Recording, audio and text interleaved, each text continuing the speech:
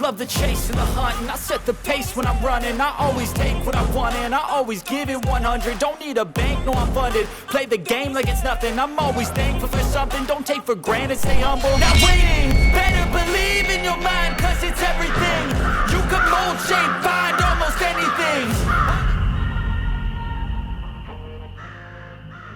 Hey everybody, this is Praxis, and what I'm about to share with you I only learned about 10 seconds ago, but I'm so excited about it I want to share it with you guys right away. This here is a peach tree. I've got peach tree, apple trees, plum trees, pear trees, different kinds of trees on the property.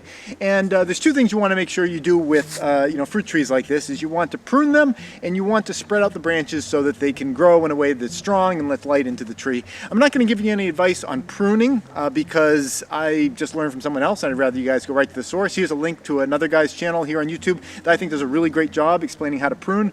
But what I wanted to talk about is a technique for opening up the branches. The reason, again, you open up the branches to let more light in there, and also if they aren't growing at such a severe, like straight angle up, they're gonna grow to be stronger.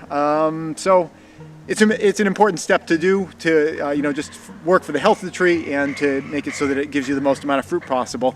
Now a lot of times what people will do is they'll get pieces of lumber and kind of cut them with notches on both ends and use those to kind of spread the tree out. I'm always looking to find ways of using waste, scrap material to achieve the similar kind of goals. And I just found a way of using the clippings from the tree in order to spread it out. And you can see one right here that I got going on.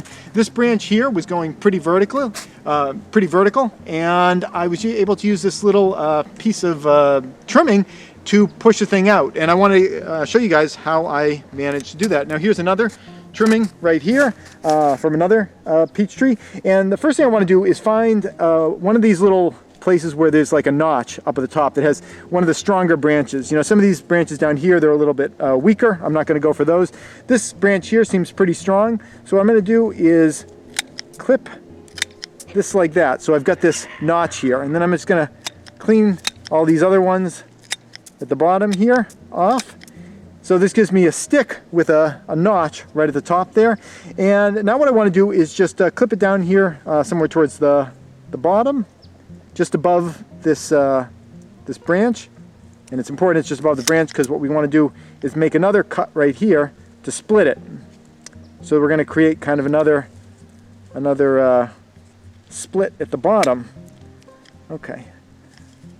So I cut through there, and I'm going to use the knife part to kind of wedge it open. You got to be careful, it's a knife, so you don't want to cut yourself. I'm going to take one of the pieces of scrap that I created, put it in there while I have it held open with the blade, pull the blade out, and now I can kind of slide that in there, and you can see what we've got here is a little bit of a notch. So we've got a notch on this side, notch on that side, and with that we're able to splay this branch out a little bit. So I'm going to pull this out a little bit.